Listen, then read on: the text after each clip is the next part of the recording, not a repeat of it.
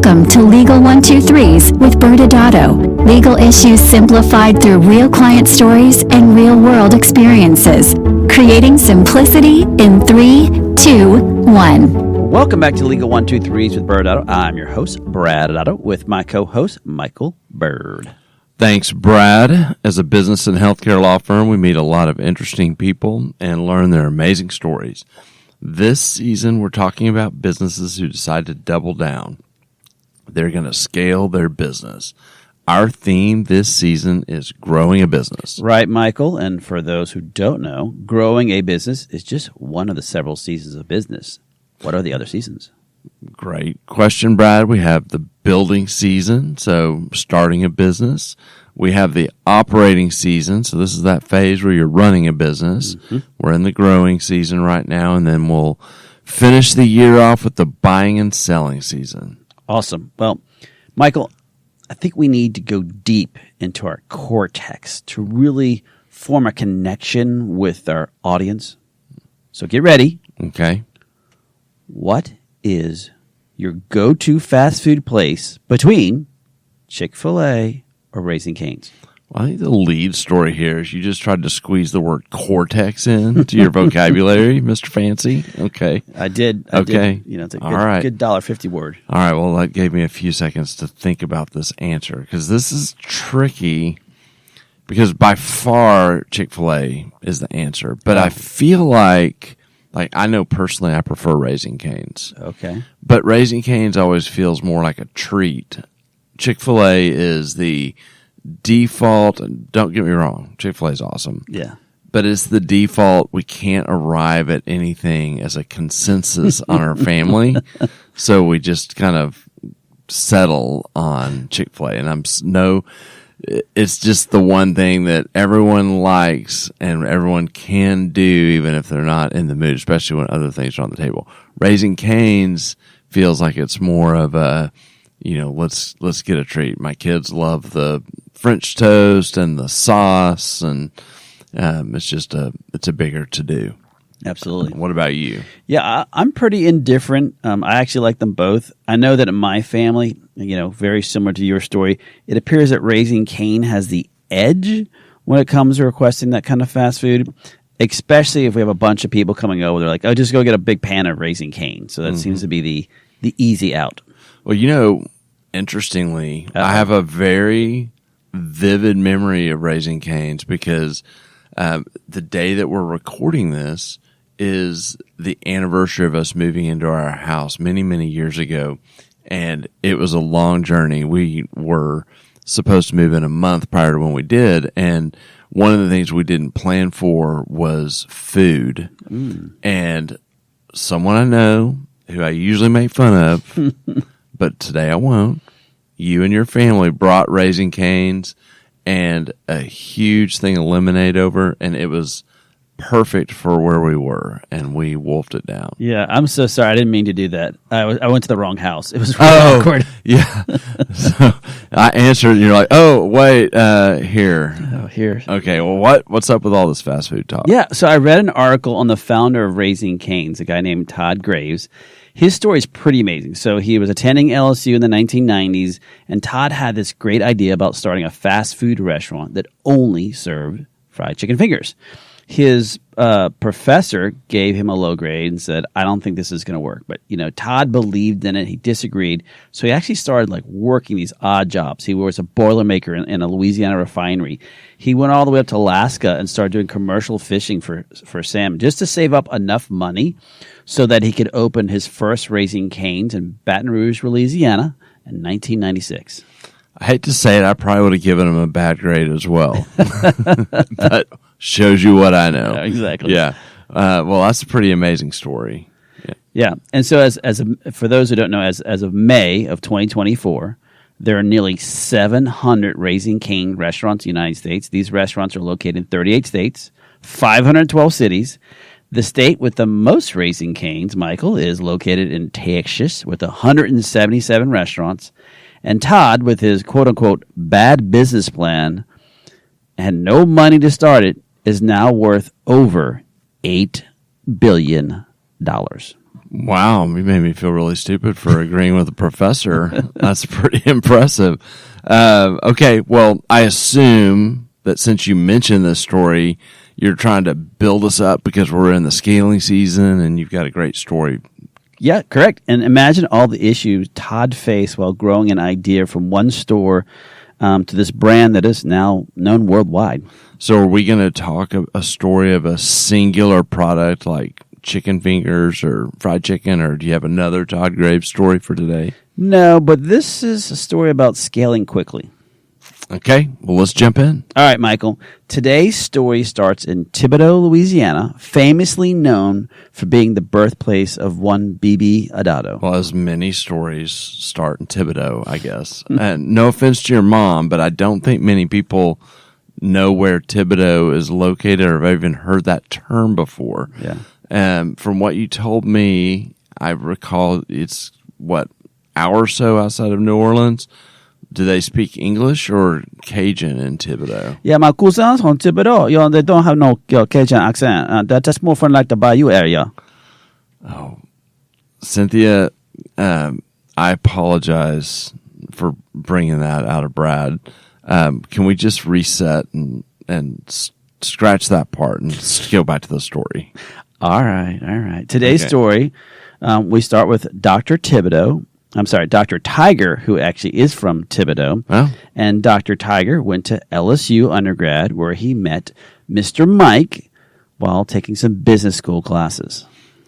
Okay, well, can I just ask one question, Brad? Is all this Louisiana stuff going to be helpful to the rest of the country? Yeah, obviously. Okay, all right, good. Well, they have their own laws there, so I Yes. just want to make sure.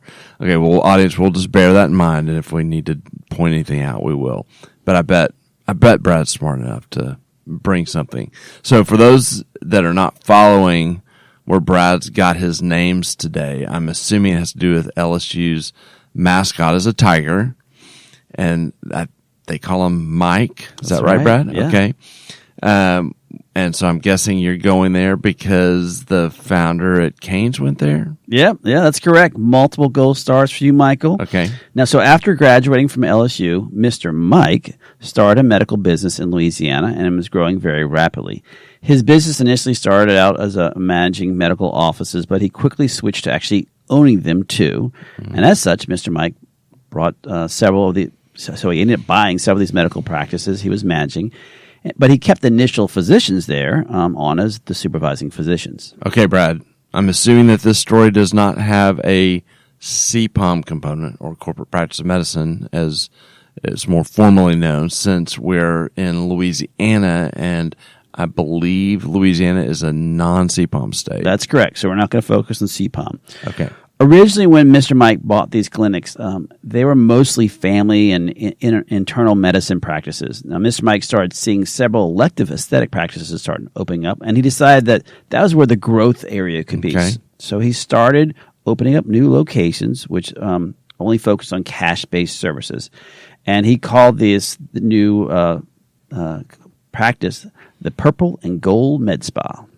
Okay, audience, when you hear the term elective services or aesthetic cosmetic treatments, these are generally non-surgical services. Mm-hmm. So just some sampling of these services might be laser tightening of the skin, laser hair removal, Botox injections, dermal fillers, and then you have IV infusions and, as we've spoke last week, I believe, weight loss treatments.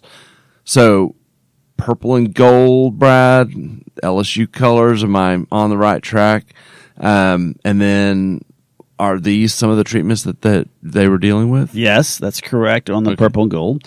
But the purple, yes, and treatment. So, the Purple and Gold Med Spa initially only had IV infusions. Okay. And then they set up near local colleges in Louisiana and quickly started adding other treatments. They had an idea that if they could set these Purple and Gold Med Spas up in college towns and in neighboring states too, they could start opening up like in Mississippi and Alabama. And Mr. Mike was aggressively opening up these new locations as he really didn't want anyone else to steal his idea. Okay.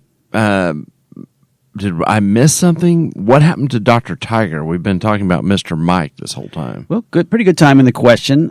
As Mr. Mike expanded the Purple and Gold Med Spa into other service lines and states, these initial physicians that were running the original family and internal medicine practices, they really didn't have the skill set to understand all these different treatments being offered, much less oversee all these new locations. So is this where Dr. Tiger rejoins the story? Correct. All right. Dr. Tiger had an ENT practice in Thibodeau and was an entrepreneur really trapped in a doctor's body. Well, we've said that about ourselves, although we say lawyer's body, but maybe sometimes we say we're trapped in a doctor's body as well. We could be. Yeah, okay. Well, as an entrepreneur, Dr. Tiger had devoted time to several other businesses, including a medical scheduling software company, which is how Mr. Mike and Dr. Tiger rekindled their relationship from their old LSU days. Mr. Mike was looking for a better way to schedule patients and found out that Dr. Tiger, again, his old classmate, had one. As they discussed this opportunity to work with Dr. Tiger's software, Mr. Mike pitched to Dr. Tiger, hey, Dr. Tiger, you should be our chief medical officer for the Purple and Gold Med Spa. Okay. Is this where we were brought in, Brad? Actually, no. Oh. Dr. Tiger actually had an excellent corporate attorney named Mrs. Golden, and she was working with him in all these other investments, including the software company.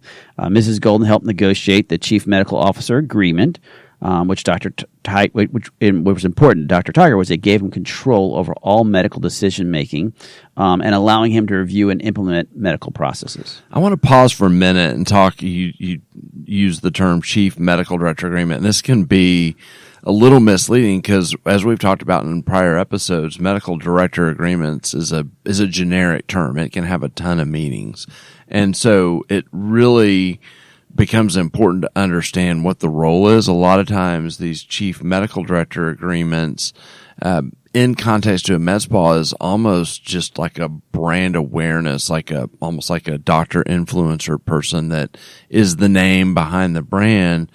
But sometimes they're actually involved in setting, clinical policies in place. And then sometimes they're even actually involved in the chain of care. Mm-hmm. So I have some follow-up questions for you, Brad. Okay, I'm ready. Why Mrs. Golden as the name, and was Dr. Tiger licensed in Mississippi and Alabama as well? To answer your first question, the character name Mrs. Golden comes from the dance team at LSU. They used to be called the Golden Girls of LSU. Mm. And as it relates to the second, Dr. Tiger was already licensed in Louisiana, Mississippi, and Alabama, and he was actually in the process of obtaining license in states in which the Purple and Gold Med Spa was expanding. Yeah, and that's pretty normal when you have a friendly doc to fill that role of getting licenses. Because generally speaking, you're going to have a licensed physician in each state that you do business, and if you have someone that's going back to that chief role, a lot of times that doctor will, as part of whatever else they're doing, get licenses in each of the states where the business is open. Yeah, that friendly physician is a good point. Good points. The more locations and states that Dr. Tiger started overseeing, the more nervous Dr. Tiger started feeling. As the Purple and Gold Med Spa was aggressively pushing for more locations, Dr. Tiger was still trying to understand their current model, and Mr. Mike just kept pushing, saying we need to move rapid. We need rapid expansion. Mm-hmm. Dr. Tiger really started thinking that Mr. Mike was really just laser focused on the business side, but not so much on the medical side. And Mrs. Golden, she recognized that her focus on working with Dr. Tiger kind of shifted, and she started getting uncomfortable with the compliance concerns that she had and Dr. Tiger had. With the way the model was set up with the Purple and Gold Med Spa and expansion. I see the opening, Brad. Uh-oh. You're teeing it up. Yeah. This is where we were brought in. Yes. Okay. And believe it or not, Mrs. Golden and our team had worked together years ago, and she reached out to see if we could assist her and Dr. Tiger just with some of their compliance concerns. Okay. Give us some examples. What were some of the compliance concerns? What is considered a medical service? Who can perform initial consult for a medical service? What are collaborative practice requirements between a physician and an NP or a PA? What is appropriate delegation and supervision for an RN and LPNs? So all extremely normal questions that, especially for a non-healthcare attorney, they're pretty standard, basic for us, right? Like the core things. And I'm guessing that they wanted these answers for each state? Yeah, actually, no. Originally, they just wanted us to assist with developing an overall best practice guide, which Dr. Tiger was going to go further develop as the chief medical officer into actually the policies and procedures for all the purple and gold med spas. So you said the word originally. Oh. Okay. Is that important? Did we actually end up doing something different? Well, actually, like with a lot of our new clients, we like to assist them by first understanding their current model. And so we started off with a practice assessment whiteboard, really outlining the current model as they understood it and we understood it. Okay. Well, how did that go? Hey, it went great, actually. We outlined the model, detailed some compliance aspects of the model, and for Dr. Tiger and Mrs. Golden, they loved it. And they said they want to get back to Mr. Mike and discuss next steps. Okay, well, let's go. What were they? What were the next steps? Yeah, so Dr. Tiger and Mrs. Golden were going through the notes of the compliance concerns raised during that whiteboard. And with Dr. Tiger, it was just really trying to help focus Mr. Mike on the medical side. And in doing so, he felt like they needed to slow down the expansion and really retool some of these compliance concerns that was raised in that whiteboard. So what happened? Nothing. Oh. Mr. Mike and his team rejected every compliance concern that Dr. Tiger raised and said that no one was doing it that way that we were recommending. That Mr. Mike had spoken to, quote, a bunch of attorneys, and what we recommended was not needed. The bunch of attorneys' defense. Mm-hmm. The nameless, faceless many that say the opposite. Okay. Well, I'm assuming it's your fault, Brad. I mean, what did you recommend that was so edgy that this nameless crew of a bunch of attorneys had not? That they would need to hire more physicians to supervise the number of NPs and PAs that they were dealing with. They needed actually some local physicians to help with a couple different procedures they were trying to implement. They needed proper medical personnel to actually clear the patients before they started providing medical procedures, and that they couldn't just use a standing order to skip several key steps. Well, I really want to make fun of you, but I can't because that seems pretty in line. So I'm just going to say let's go to commercial rather than hone in on you having some good points. Let's take a break, and then on the other side, we'll come back and let's get into it. Many business owners use legal counsel as a last resort rather than as a proactive tool that can further their success. Why? For most, it's the fear of unknown legal costs. ByrdAdatto's Access Plus program makes it possible for you to get the ongoing legal assistance you need for one predictable monthly fee. That gives you unlimited phone and email access to the legal team, so you can receive feedback on legal concerns as they arise. Access Plus, a smarter, simpler way to access legal services. Find out more. Visit ByrdAdatto.com today. Welcome back to Legal 123s with ByrdAdatto. I'm your host, ByrdAdatto, with my co-host, Michael Byrd. Now, Michael, this season, our theme is growing a business. And we're, talking about business that want to scale. And today, we had a story that a lot was happening. Yeah, and it's going to be challenging. I've got the setting is in Louisiana. And so it's not my comfort zone. Because of the Cajun accent? Yes. Okay. Yes, exactly, Brad. So I hope I don't get a Cajun accent trying to reframe this. Okay, so let's go back. It all started at LSU, right? Yeah. Kind of the same place as Mr. Chicken that we started, yes, Todd Graves. Todd. Yes. So we have some college buddies. We have Dr. Tiger, who becomes relevant a little later in the story, but they're buddies. He's buddies with Mr. Mike. Yeah.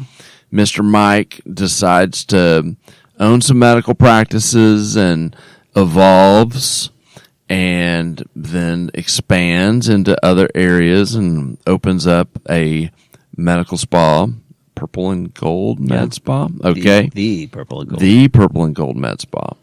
And reconnects with Mr. Mike along the way. Dr. Tiger. Dr. Tiger had his own business. They get reconnected, decides he needs a chief medical officer. They get going. Dr. Tiger starts getting a little nervous because Mr. Mike is very focused on the business side, it seems, and growing really fast and not so worried about the medical side. Now, the medical was all just IV Yeah. hydration. Am I right? It was. Was okay, and then there's a bunch of attorneys who were telling Mr. Mike that it was all good and didn't agree with your advice that there were some compliance concerns. Yeah. And just to add on to that, which if I didn't do a good job of, it started off with IV, but then they quickly started doing all the other treatments that you typically see at a med spa. Gotcha. Including Botox and fillers and lasers. And they were expanding into multiple states? Yeah. Okay. And so did I catch the story right, Brad? Good job, Michael. Okay. And and as you were summarizing, this is there's this large multiple state business that they're scaling, but they weren't really focused on the compliance, which is why they brought in a CMO. How do you respond when someone notes that everyone else is doing it that way and they're super big because they were, so it must be okay? It's so tricky because number one, in some cases, that's just people's defensiveness, right? Like this guy seemed clearly not to care about it. And so he just, hid behind the nameless, faceless many. But there's also another side to the coin, which is this is a really non-compliant industry. And there actually are a lot of other people that are doing it this way. And so you have kind of a place you can go hide. We've talked about this in other episodes, and objectively, your risk is probably lower if everyone else is doing it. I use the whole, highway analogy. You're driving a car. If you're going 80 in a school zone, you're going to get caught. If you're driving 80 in the flow of traffic on a highway and the speed limit is 55, odds are much lower. The problem is that, in this story, your client, ByrdAdatto's client, was a doctor. His license was on the line. Mm-hmm. So he was taking the heaviest risk. And, there's not like the random radar gun that's going to get you pulled over. It's going to come from something that goes wrong, right? Yeah. It's going to be a patient or an employee that turns you in, or a competitor. So, Brad, maybe you can address one of the issues raised. Okay. What are the collaborative practice requirements between a physician and a PA and nurse practitioner? Yeah, and taking out the rule of thumb that if some nurse practitioner or PA is independent or autonomous, this doesn't really apply. But generally, a physician may delegate certain medical procedures, such as like initial medical consultation, to a PA or nurse practitioner, so long as there's some type of written supervisory agreement between the PA and NP and that same supervising physician. This written supervising agreement must include like certain elements about what they can and cannot do. So what procedures can they do? What drugs can they prescribe? And this is also based on understanding what is that PA nurse practitioner's background, from their education and clinic training and certifications that they have, and what other activities they train in before that. And that agreement may include, like I said, the ability, which is important with Botox and fillers, prescribing drugs. So and let's kind of, in terms of the actual required level of supervision, generally speaking, the supervising physician for PAs and NPs is not required to be on site at all times, but that usually you hear this term like readily available by phone, or some other form of communication. Yeah. And again, this is for states where the PA and NP, don't have independence or even a higher degree of autonomy. Right. Good point again. In addition, the supervising physician will have a limit to the number of PAs and NPs they can actually supervise. So I'll give an example. Like in Alabama, which they were, the supervising physician may not collaborate with or supervise more than 9 full-time equivalent PAs and NPs. While we jump over to Florida, a supervising physician may not supervise more than 10 PAs at one time. Now, Michael, follow-up question that we often receive is, does this mean that the supervising physician can oversee 9 PAs in Alabama and then 10 PAs in Florida? Yeah, I mean, it's tricky because you think, I'm compliant in this state and then I'm compliant in this state. The problem is it goes back to that whole absentee physician element, which is a medical board's number one focus is going to be on patient safety. And the purpose of limiting it is so that the doctor can be engaged and not absentee. Oh. Yeah. And so they're not stretched too thin. Well, if you have 19 instead of 9, that when you come under investigation, that's going to be a problem. And so that's certainly, if you're under investigation in a state and those facts come into the equation, it's going to be problematic. And so, yeah, I mean, that's your answer. Yeah. Another good point. Wait. Cynthia, strike all that. Michael, he's getting way too many compliments about this one. But your point, I don't know if it's good or not, is if a medical board finds out that you're non-compliant in one state, it's going to lead to investigations in another state. Absolutely. Which is really going to open up that whole Pandora's box of issues as the supervising physician. All right. Now, Michael, I know that we have talked about this in other shows, but for some reason, I can't figure it out. There are a lot of people keep pushing back on us and saying, really, look, if someone's a cash-paying patient and it's elective, do we really have to go through the whole medical clearance of a patient? Sometimes called the initial medical consultation or the initial, good faith exam. I mean, do we really have to do that?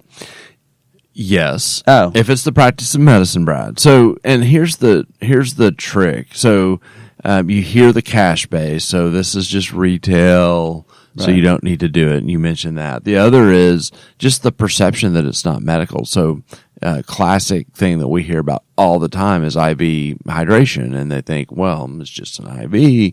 Nurses can do it. It happens all the time. This is, crazy. I bet there is a bunch of attorneys out there that are not healthcare attorneys that would echo that sentiment. But the key comes down to this. It's a core function, core principle of compliance. If the treatment is the practice of medicine, then that practice of medicine, you have to be cleared. The doctor or someone with the scope of practice has to evaluate the patient, look at their history, examine the patient, and determine that the treatment's appropriate. We use the term good faith exam. That's actually the term in California, and it's just kind of a term of art in most other states. But the principle is the same, which is you have to have a treatment plan that's issued by someone that has the ability to exercise independent judgment. Now, kind of a sister concept that you hear about is standing orders, and that's tricky because you'll see that in the hospital system all the time.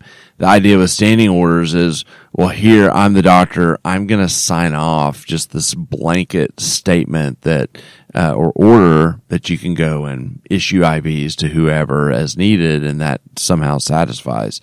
And in the context of what we're talking about, which is a private practice scenario, it doesn't work. Yeah.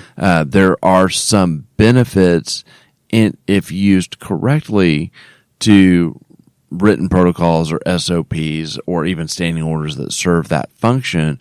But if you're trying to get around the need for a good faith exam, it doesn't work. Yeah.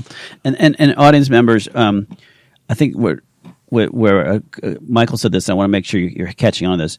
The term good faith exam really is coming from the state of California, but it's other states kind of talk about it. So someone might say, well, in my state, we don't have anything called the good faith exam. It's not, I mean, that's just a term of art we're using. It's really making sure that that person is a good candidate for those particular services. Well, let's jump back in. Tell me what happened next in the story. Sure. So we had several calls with Mr. Mike, Dr. Tiger, and Mrs. Golden trying to work through these compliance issues. Each time we thought we made some progress, where Mr. Mike agreed to make certain changes to the process. We'd later learn that nothing was happening, and basically it was a lot of empty promises. Okay. Well, so what did Dr. Tiger do, Brad? Dr. Tiger had a successful ENT practices. He had other medical and non-medical businesses that he had ownership in, besides the Purple and Gold Med Spa. As such, he really just said, I'm going to terminate this agreement with you guys because you're not concerned about the medical piece. You're moving way too fast and way too loose, the way Mr. Mike really had this vision for the Purple and Gold Med Spa. Well, do you know what ended up happening to the Purple and Gold Med Spa? I did later learn that after Dr. Tiger had left, the Purple and Gold Med Spa had several locations where they started receiving notices, one from the state of Alabama for the improper supervision and the lack of that medical consultation or good faith exam. The good news was that these patients were not treated while Dr. Tiger was the chief medical officer. The bad news for Mr. Mike was a lot of these local supervising physicians who either were not part of that roll-up or just had heard about it. They started obviously getting very nervous, and they said, "I'm out," and they all started, terminating their relationship. And I did hear through Dr. Tiger that Mr. Mike had to close a lot of those stores because they weren't doing things properly. Michael, final thoughts. Well, scaling is hard, and I can have a little bit of empathy for Mr. Mike. If you think about, even Chick-fil-A or Raising Cane's, I'm sure they had growing pains at some point, and we all think of them as iconic, successful, scaled businesses. And the problem is that in healthcare there's compliance, and so for a non-doctor like Mr. Mike, I can understand. He probably had a million headaches he was trying to solve and trying to grow his business, and just couldn't wrap his brain around adding compliance as an element.